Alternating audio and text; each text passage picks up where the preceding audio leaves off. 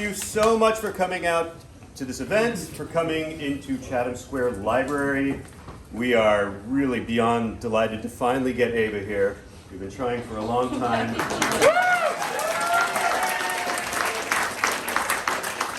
been trying so hard to get. It is not, it's just... That's how we roll sometimes.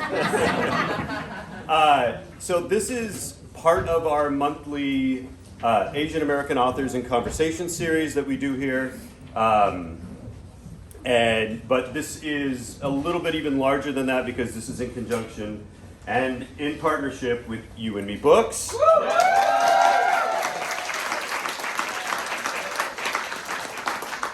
And the AAWW, who are helping. And of course, our beloved Chinatown community. So,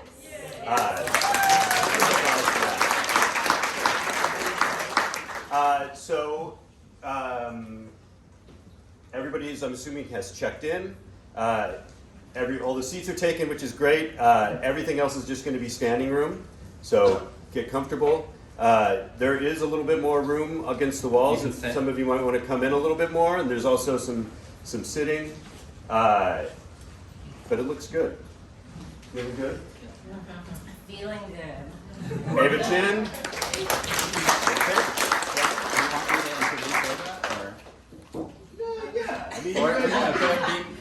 I think everybody knows it. Okay, cool. or Ken. No, that's totally fine.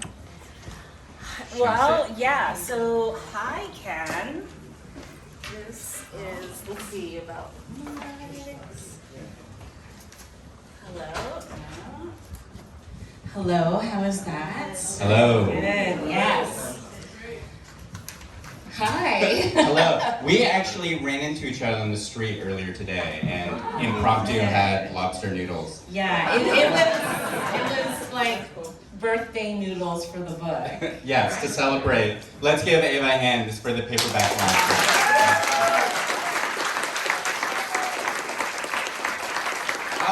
How many people here have already read the book, actually? Oh, like most people here. I think it's about half. So we're not going to assume that everybody has read the book.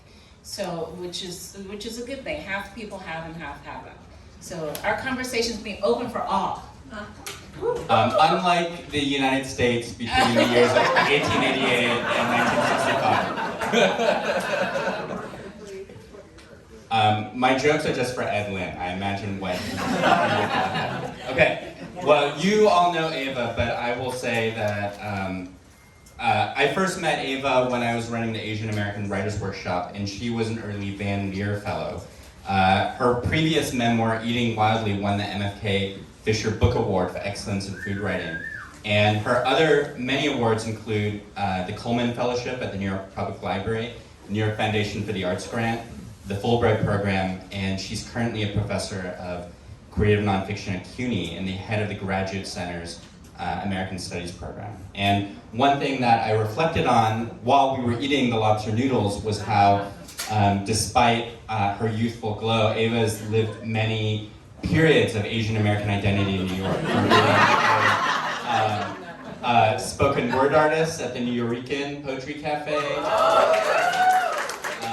to being part of kind of like burgeoning alternative journalism at the Village Voice at 5, as well as being part of the Asian American community in the Asian American Writers Workshop.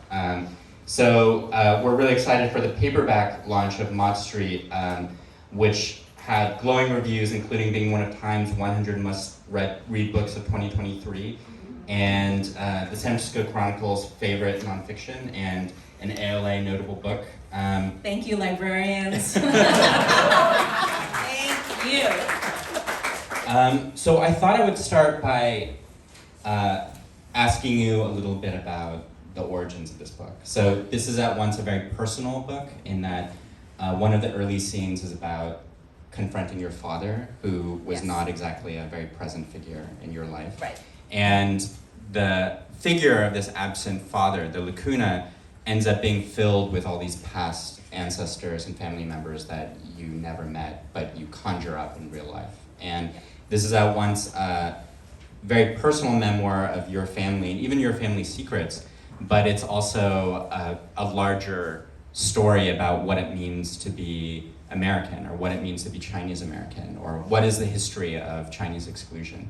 So, parts of it are very personal, other parts of it are about the intersection between the personal and the historical, such as when you go into a museum and suddenly see someone from your family's history on the wall displayed. So what was the spark for you in this book, and what were some of the key moments along the way, or what was your process? Yeah, so this book took many, many decades of research. And when I was growing up, I used to hear all of these different stories. One of the stories was always about, from the family who raised me, was always about, your father, that guy, right? Nothing was ever said, flattering Good about stuff. no good stuff, because my dad had walked out, right?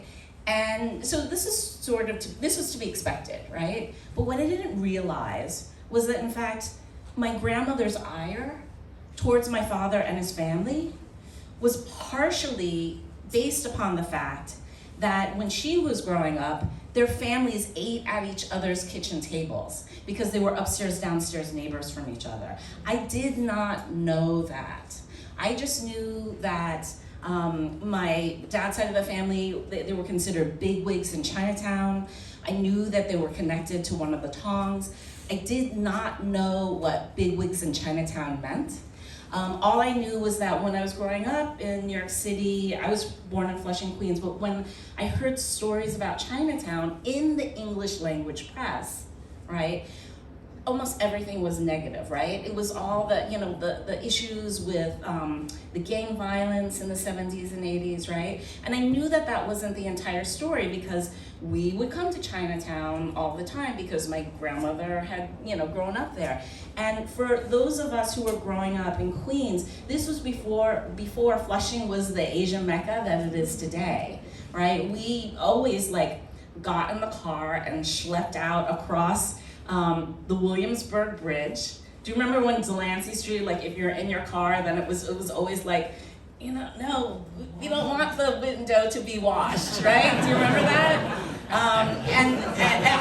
And then we would make it to Chinatown, and then we would just buy up all of the ingredients that we needed, and then we would schlep back to Queens. So there were holes in the story when it came to my dad's side of the family. And then on my mother's side of the family, I'm a descendant of a Chinese railroad worker. How many, raise your hands. There are a few of you that are actually in the room. Wow. All right. Wow. Our stories have never really fully been told, right? They have never found an exigent document by a Chinese railroad worker for the first transcontinental railroad, and many documents have been destroyed. When I was a kid, when I was growing up and learning about the transcontinental railroad, I had heard all these stories from my family members, right? I knew with great pride the contributions that my great-great-grandfather had done for this country, after the Civil War, uniting the country, at least physically, after the Civil War, right? But when I opened up the big textbook in American history when I was in grade school and saw that A.J. Russell photograph where there wasn't a single Chinese face in the photo, I just thought, what is this nonsense? What are they trying to tell us? Also, at the same time, growing up in the 1970s, it wasn't unusual to see white actors in yellowface portraying Asian men. Yep. And I was very confused by this, because clearly it was oh, that's a white guy, doing kung fu in the American West, and maybe he was adopted by Chinese people. Yes. So all that part of not being able to see us represented in media, I think that was the thing that made me a writer and started making me when I grew up, going to the Nuyorican and performing performance poetry, right? But it was also the specter of my father having walked out and not knowing who the side of my family was, and then later discovering just how many people in Chinatown knew them, right? And there were many people in Chinatown here in the audience who knew them, right? Whether it was because of the Chinatown Democratic Club, or because of nobodies, or because my dad ran for state assembly in 1972, right? They were there, it was all there in plain sight, right? It was almost like it was waiting for me to find all of these like details. And the other thing was Gong Gong himself. Okay, so my grandfather on my Chen side of the family, they erroneously called him Gong Gong. They should have called him yeah, but whatever. Okay, I don't know why, but so he left his oral history at the Chinatown History Project. And I searched for this. I went down to the Chinatown History Project in the 90s when I was working at the Village Voice, and I asked about this. It would take me 2 decades, I think it was 27 years later, before I got my hands on the oral history. This whole project has been nothing short of a journey, right? And I'm lucky because Gong Gong left these tidbits of the story behind. If he had not done that, I wouldn't have been able to write half of the part of the Chen side of my family that appears in this book. So, yes.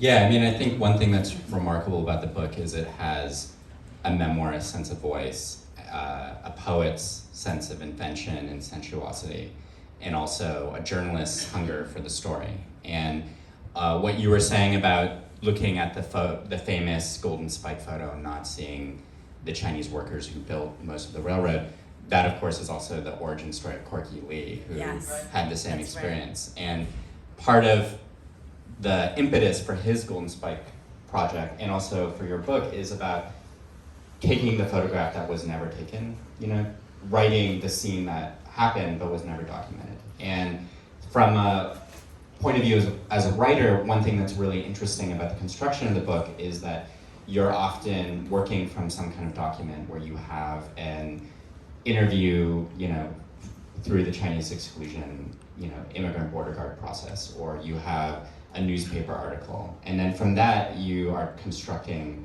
a novelistic character. And part of that is having some kind of literary technique where you say, speculation and questions. I wonder what she was thinking that night when this terrible thing happened. I imagine she didn't like it, but a lot of it is and then you go from there. Trying to figure out where is the boundary between fiction and a kind of speculative nonfiction. And maybe you can talk about some of your strategies. How did you start with something that was very archival, like a Chinese exclusion file, newspaper article, where they would make fun of the people's Chinese accents? And then how did you rewind and do this act of invention? And where did you draw the line? So I was trained as a journalist. And being trained as a journalist, you always are taught that you need to corroborate what one person says with at least 2-3 other sources. So I attempted to do as much of this as possible, right? Like that said, like the corroboration. A lot of the people that were family members that I write about died long before I was born, right? So there was no way of interviewing them. A lot of the times it was like interviewing their descendants. And so I tried as best as I could to do as much of the research as possible. On a Fulbright, I brought my entire family out to China to visit the villages that my family members left behind. I collected the genealogy documents in each of our villages, and I even went to the local archives offices and got my hands on the Difangzhi, which are like the official records, right? The imperial records. They're like an encyclopedia or an almanac, right? So I got those too. There were, I went to Hong Kong and interviewed people. I did all that. Then I did a deep dive into the Chinese Exclusion Act files. A lot of it was a total fiction. Because the Chinese Exclusion Act was so restrictive, the only way that people could actually get in was to lie about their identities. Nephews and nieces would say that that person was their father and not their uncle. Extended family members would do the same thing. A lot of the times people would buy a slot or create a slot and sell it to somebody who was in their village so that they could more easily answer the interrogation questions. The Exclusion Act document, where they were good was they could show me when somebody arrived and when somebody left, right? And they could tell me what people had said. Because you're reading against the grain. But in the actual because you content. have to read against the grain, in any moment, it actually made the work very, very difficult. But the best thing was this moment where I realized that because the Chinese Exclusion Act documents were a kind of official fiction, the rules of because of Chinese exclusion turns the entire apparatus of what we understand and the way we privilege a document. We, historians and writers and journalists, will privilege the written documents, particularly the written governmental documents. But because of Chinese exclusion and the restrictions at hand, it turns the entire apparatus on its head. So what it means is that the official documents are a kind of fiction, but it's the oral stories, those stories that are passed down from generation to generation that actually hold the keys to the truth. And that liberated me in terms of figuring out how to craft this story, right? Because you have to, no matter what kind of book you're working on, if you're working on nonfiction, by the end of the book, you have to give the reader, you have to contextualize for the reader, what does this all mean?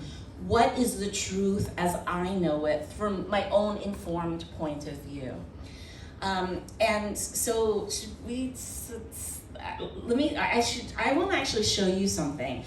While I was gathering these documents, family members would say, at the end of the interviews, family members, I would say, are there any other documents that exist that I should take a look at? And they would be like, oh yeah, there was that book that Carl Glick wrote in the 1930s, and all the stories are based on what your Gong Gong and Uncle Jack said.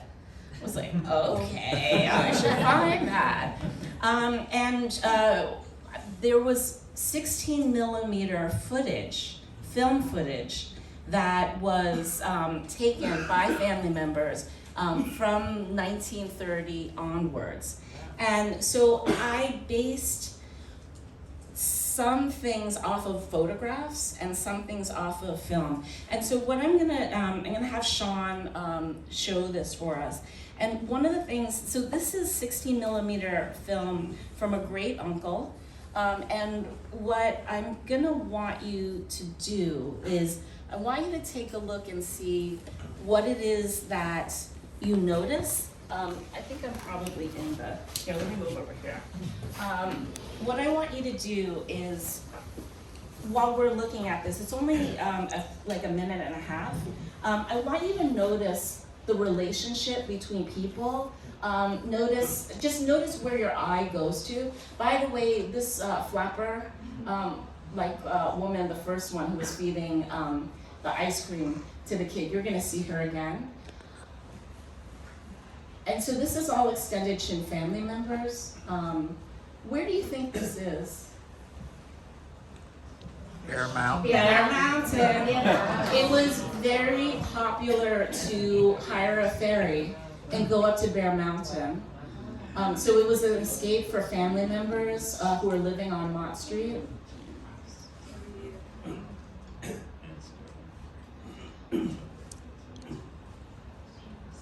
Okay, Sean, can you stop it for a second? Sorry. All right. So, okay. So this is the rooftop of our building on Mott Street, and the flapper-like woman that we saw feeding her son the ice cream, she's on the left. That woman is the grandmother of Sandy Lee Kawano from Harold Lee and Sons. And the daughter, the little girl with the blunt cut, is Sandy's mother. And then you will see the two people on the right and left are my grandparents. And this is the first time that my grandmother has jumped up onto the rooftop. I want you to notice the body language, and I want you to figure out, just from the body language or what they're wearing, I want you to tell me who's an ABC, a Juksing, who's a Juksing, and who is a more recent immigrant, and who do you think is maybe what we call the 0.5 generation, okay? So if you can say.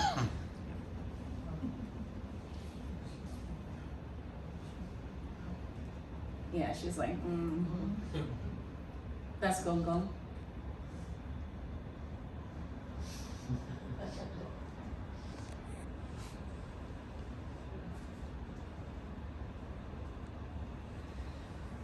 That's Gong Gong's older brother, Sandy Lee's grandfather.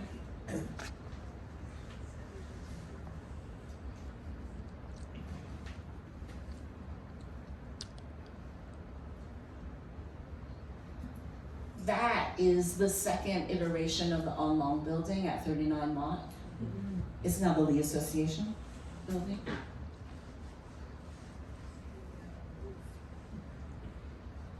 Sandy's mother. Be careful, there's a whole generation of people who are going to depend on you.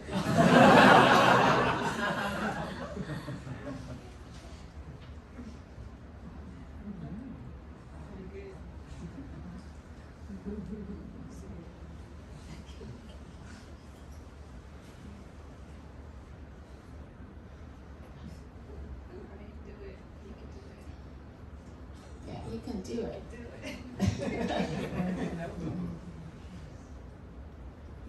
Oops.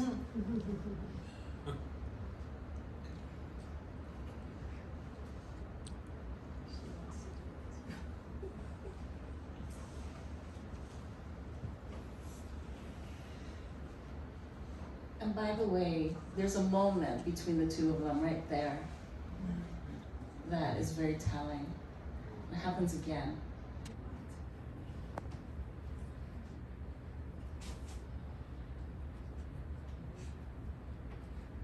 Okay. And where's that? Transfiguration. And what's here? Brooklyn Bridge. Brooklyn Bridge. Thank you. Okay, we can stop it now. Thank you. All right. So, we're running short on time. So what'd you see? Tell me about who was the Juksing, who were the Juksings, who were the ABCs there, and who were the more recent immigrants? You can shout it out. What do you think? Kids running around with loose limbs, those are the ABCs. Yeah. And so the more recent immigrant was who? Dark skirt. Yes, the woman with the dark skirt.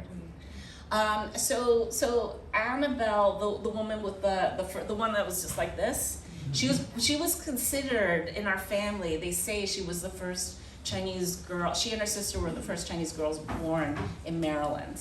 She was from Baltimore, and she was the first Juksing in our family who married into our family. And our family often felt like, there was so much that she helped with, right, by virtue of being a Juksing.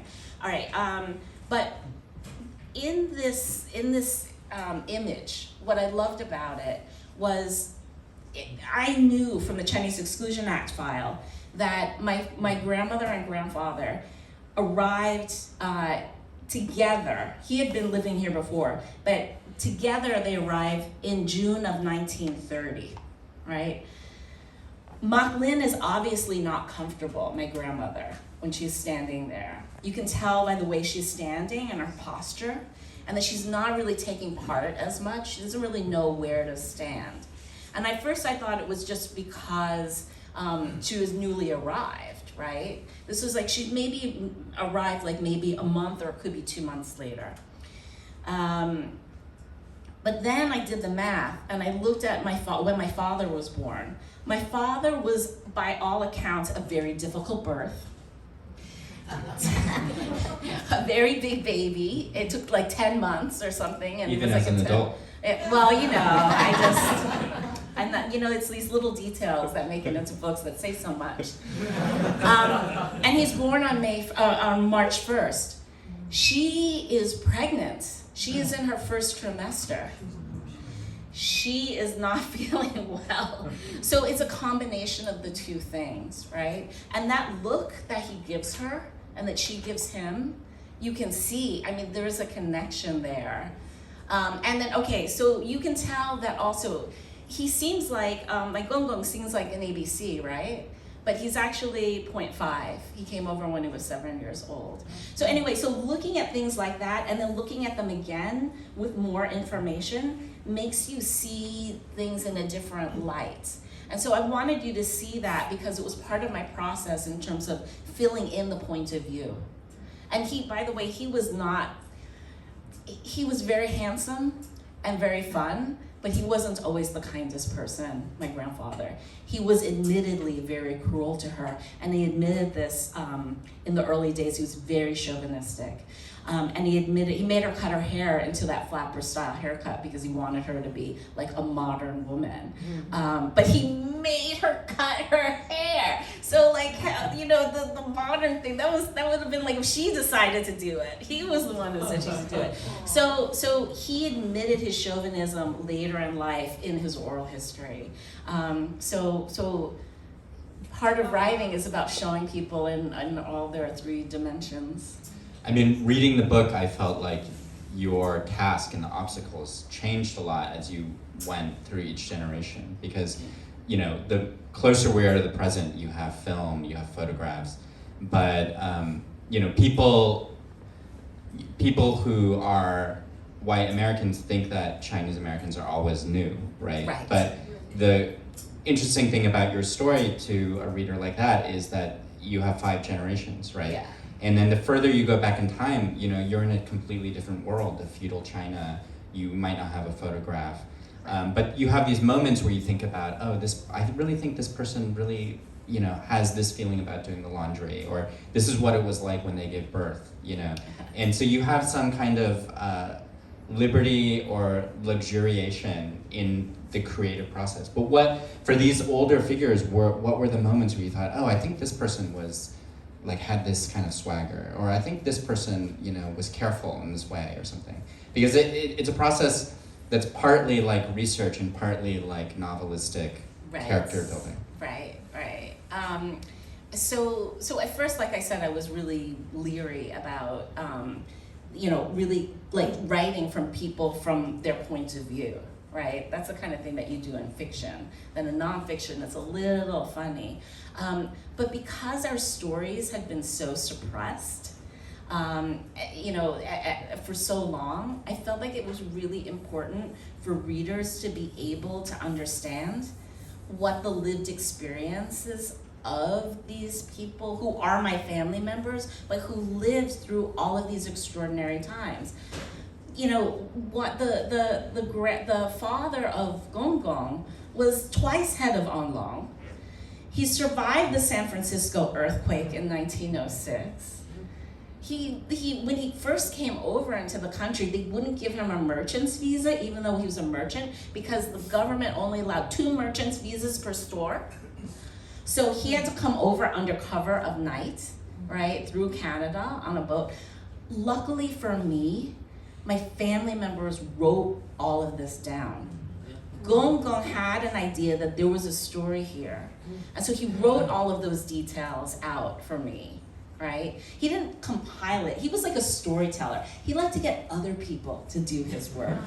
And even from the grave. Yes. This might be a good moment to invite up Ping Chong and I Lucy. would love that. Yes, please. I'm gonna move to the side. You can. So Ping and Lucy, if we can.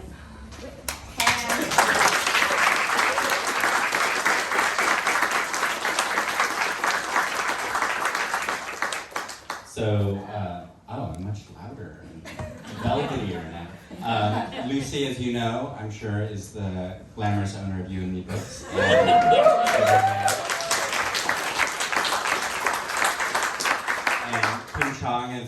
course, a theater legend, the winner of Obie and a National Medal of Arts from Obama, and formerly the head of Ping Chong company. So let's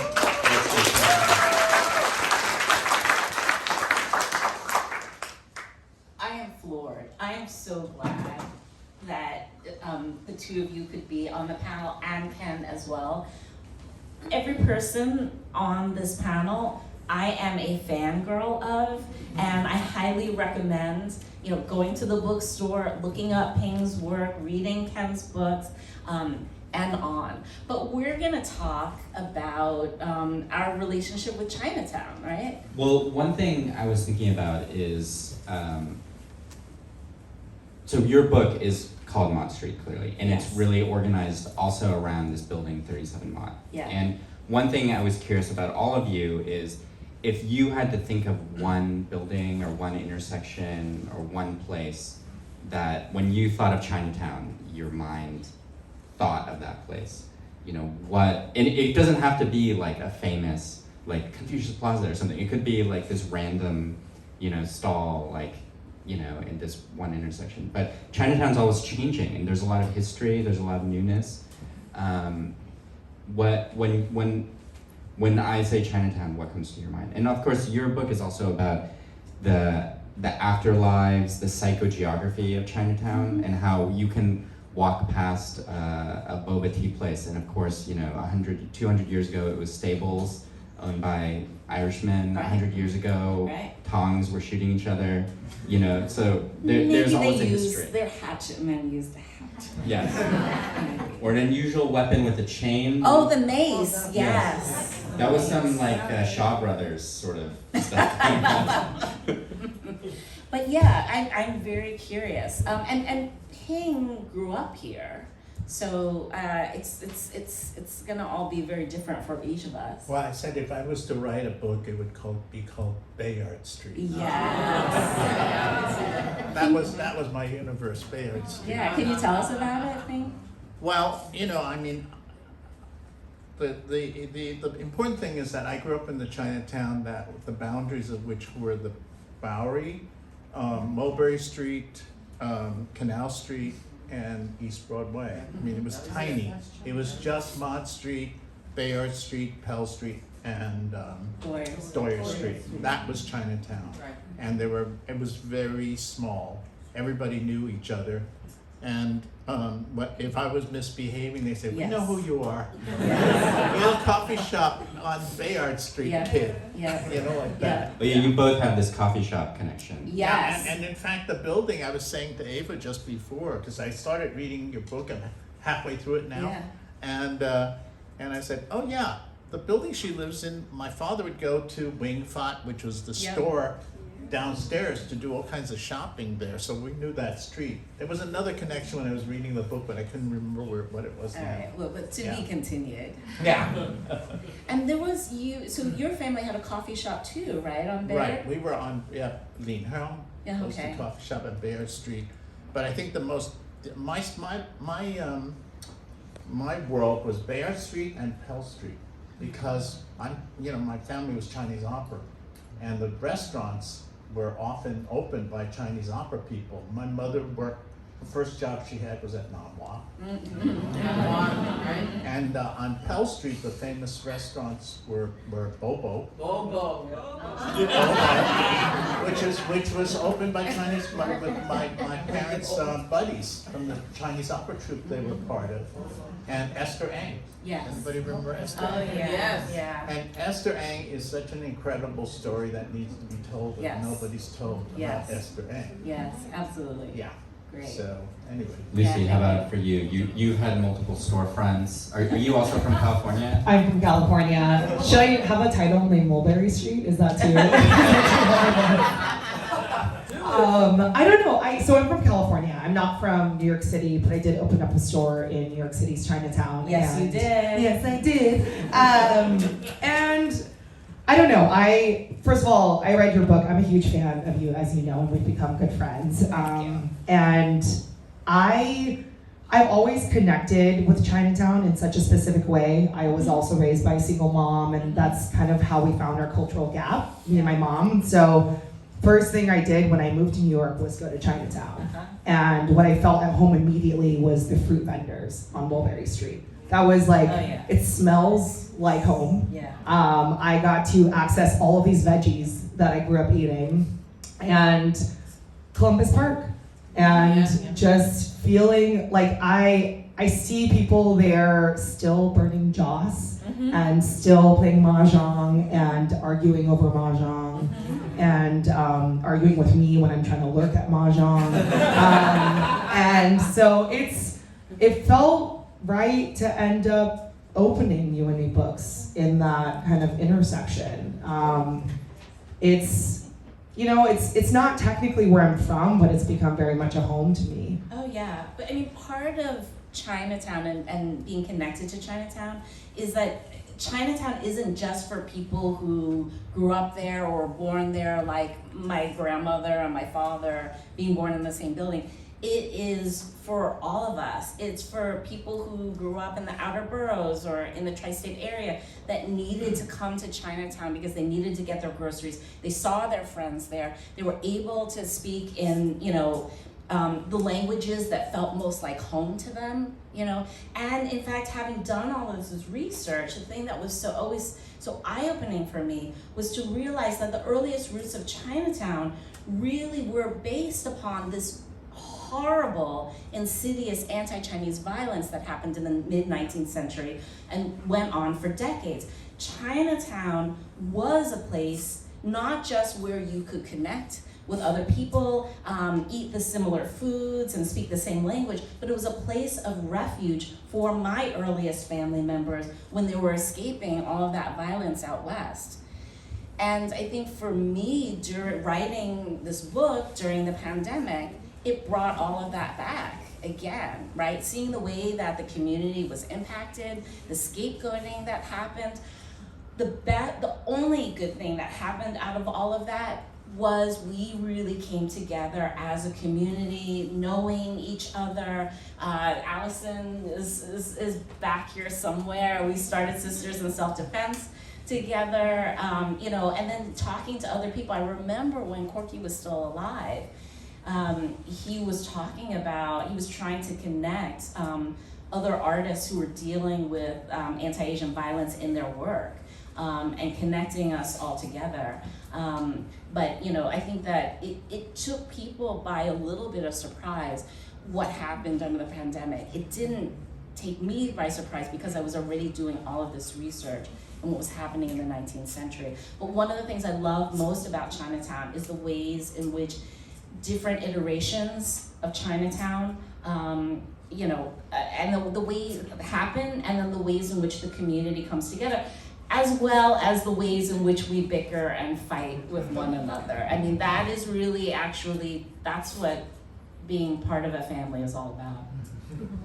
I have one quick thing to say. I saw your eyes light up when she thought of that. Nothing, no bickering, but Ava and I became close because you were doing research for this book, Yes. and we share an alleyway of my bookstore to my family's Mott Street apartment. Right. And so Ava actually, it's very interesting to read this book and being kind of a new resident of Chinatown and knowing all this history that had happened in our kind of shared alleyway of buildings. And after the fire, you texted me because you could see the alleyway. Yeah, I did not realize that the back of one of the apartments that my family resides in actually looked at the back of Lucy's building.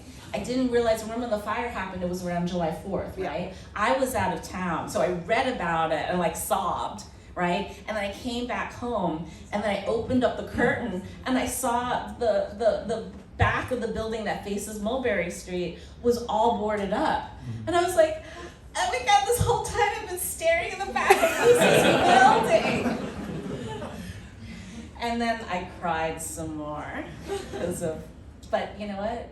You came back better than ever. That's right.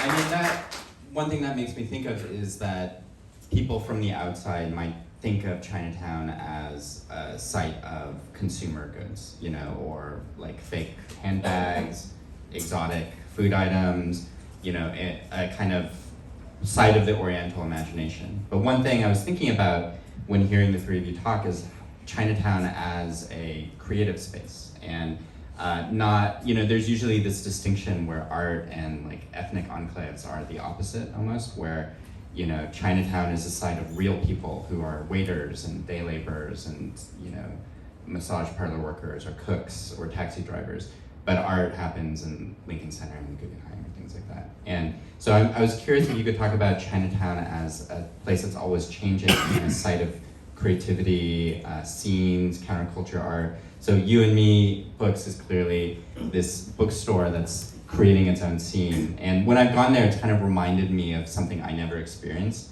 which is when people would tell me about the early days of the Asian American Writers Workshop, which I was not present at.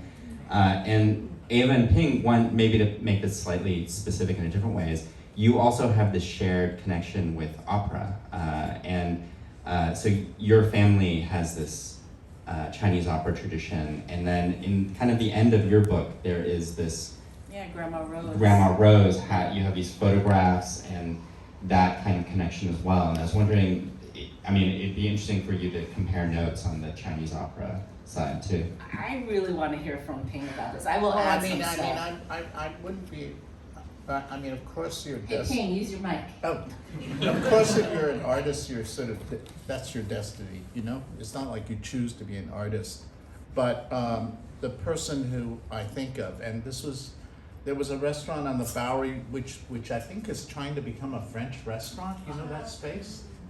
So it was where the Chelsea Bao. Hap Sing. Yeah, Hap Sing. Oh. That was another restaurant in my childhood. Okay.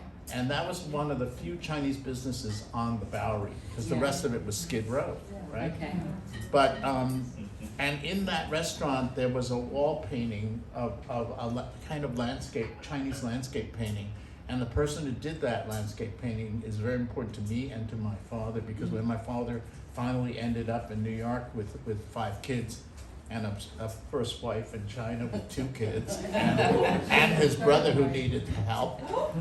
He had to find some way of making a living, and the person who was the cook, the chef in that restaurant, did the wall painting. He was the Chinese opera backdrop painter. Oh. And if it wasn't, I mean, it wasn't so much that it wasn't for him, but it was he who brought me to the arts, because he gave me books.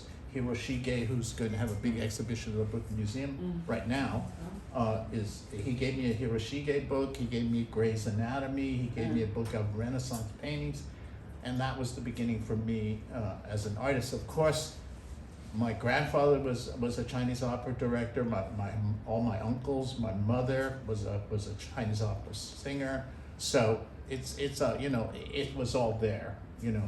And even as a kid, I remember Martin Scorsese, who lived on Elizabeth Street, across the street from where I lived for 30 years. He used to draw cartoons of movie cartoons, and I used to do that. You know, so it was all connected to the Chinese opera. That's the deepest place. But I think one thing I wanted to say was, in 2019, I went to China, and I was in Guangzhou during Chinese New Year's. I was in the Chinese Opera Museum in Guangzhou. Wow. And there was a sign that said, the Chinese opera overseas. And I went, I wonder if my parents are gonna be in there. And there were pictures I had never seen, as well as pictures I had seen of my parents in the Chinese opera.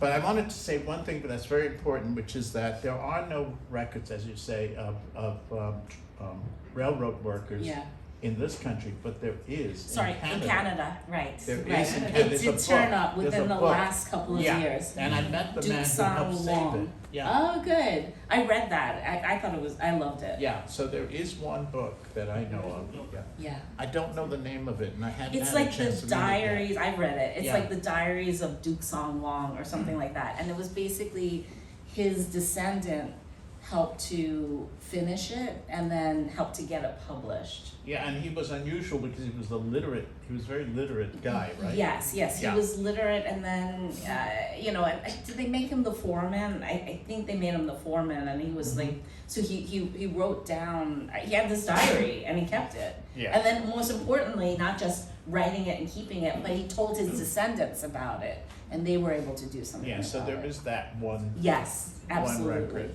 Absolutely. I was gonna say that, actually, but I wanna ask Ping more questions, but I was gonna say that in terms of, for me, Chinatown looms large in terms of, the cultural imagination and where my family sits within it, and my connection with it is all part of this book and the next book that I'm working on. But with regards to Chinese opera, Grandma Rose, who I read extensively about, she was the source of a lot of information about that side of the family, that side of the family. When she was growing up, I saw all these pictures of her as a teenager singing, in opera. And I'm like, Grandma, what were you doing there? And she was like, I was in the Legend of the White Snake, and I was the lead, and in all of the photographs, there she is in the center. And I was like, well, Grandma, what were you doing? And like, what was happening at the time? Who taught you? And so she would tell me stories about how there were these Chinese opera stars who were very famous in China at the time. They came and they performed in New York, and they defected. They decided they wanted to stay. And so they taught these Juxing girls in the neighborhood Chinese opera. And then one of my grandmother's friends who I spoke to recently, she's almost 100 years old. She's younger than my grandmother, but she said when she saw my grandmother and her sister perform opera, nobody could believe that these Juxings could actually do it, as well as anybody else. Like, these were girls who were born on Mott Street, and so there was a way in which my grandmother spoke like a lot of you. She was born on Mott Street. She spoke with a Lower East Side accent, right? And so there was a way in which she, I think, singing opera was a way of her being connected to her own sense of her own Chineseness. And that was incredibly valuable for her, and for me to recognize that in her. I'm looking at the time. How are we doing, Sean? Yes. You're doing great. Okay. Just what I like to hear. Okay. But Lucy, yeah. did you want to say anything? Yeah, so I think it's really interesting being someone who's first generation, working in a creative industry while having a personal history of not. And I feel like when my mom came here, she had to raise me by herself, and it was this idea of survival, and I felt like creativity was a luxury that we couldn't afford. And it was never something that was ever, like, it was a great hobby, but it was never something that I could focus on. And I actually found, for the first time in my life, the ability to creatively express myself freely living in China, or being in Chinatown and being a part of Chinatown, and the encouragement from it, from you, from people my age, from all these generations of people encouraging activism, encouraging creativity, and feeling supported in a way that I don't think I've ever had before. And that comes from a long history of being and pushing creativity to the forefront. And part of that oral history, oral tradition of passing that through is part of the creative expression of all of it. And I lost so much of my own family history because my mom was in the Cultural Revolution, my grandma was too, and I still ask them and they can't talk about it. And they don't feel safe to talk about it. And I found out a couple of years ago, my grandma's a writer. She published her own memoir in China. Wow. And so it's kind of like you said, it's in your blood. The things that you love as a creative, as an artist, you can't really choose them almost. So I really owe Chinatown for a lot of my ability to creatively express myself. Oh, well, right back at you, right? I I said like this. how you became Chinatown personified. You're like, on behalf of Chinatown. You're welcome. Thank you. I mean, I said this to the New York Times when they did a review of the different bookstores, different bookstores of color across the country. I was like, we didn't know that we needed this bookstore until she came, and there was you and me. So thank you. I thought maybe I'd ask one more question to the group and then one more question to Ava. Does that sound good? So much of this book is about kind of traveling back in time.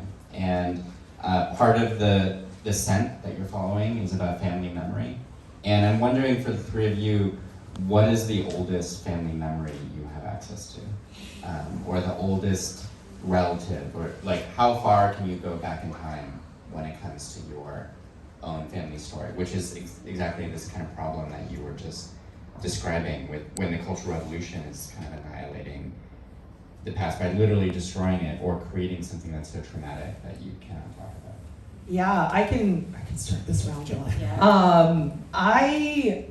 There's a lot lost. I lost both my grandparents on my dad's side, and my grandfather on my mom's side just passed away during COVID. And I personally haven't talked to my father in 5 years. I haven't been back to China in 6 years, and I don't read Chinese.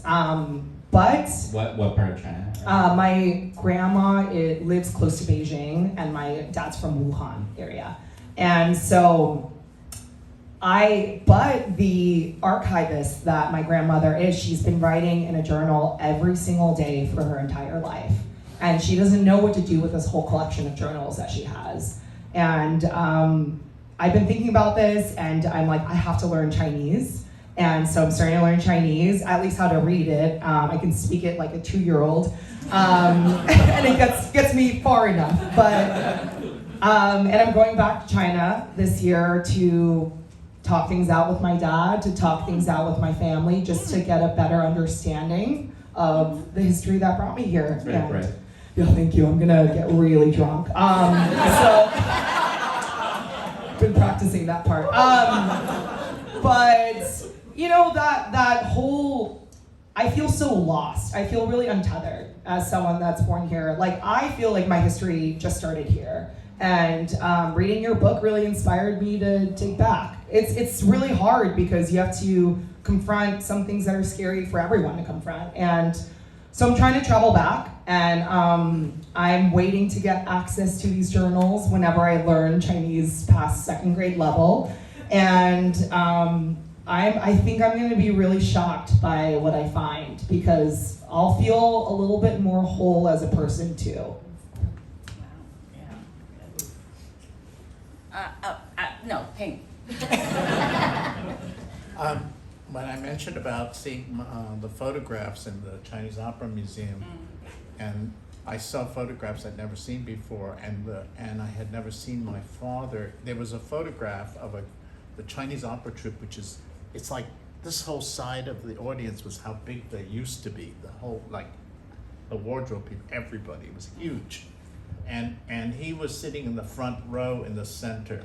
And I said, he was somebody. Yeah. You know, and when you see that, because sadly, later, he was in the back row in a later troupe. But at this point, in the 1920s, in Malaysia, he was a young man, and was the youngest I'd ever seen him. So that, and because I have such legacy in the Chinese opera, my family, that's very, it's really very deep in me and very important to how I became the artist I became, which has never been from ultimately I needed to learn ultimately as a young man that the Western tradition wasn't really where I came from, the deepest part of me. But at the same time, the Western tradition is part of me. So I had to figure out how to integrate those things. But that legacy is what is, all the ghosts of that legacy are all there. And of course there's so much that nobody knows. The oldest person in my family doesn't know. I don't have a picture of my grandfather, the Chinese opera director.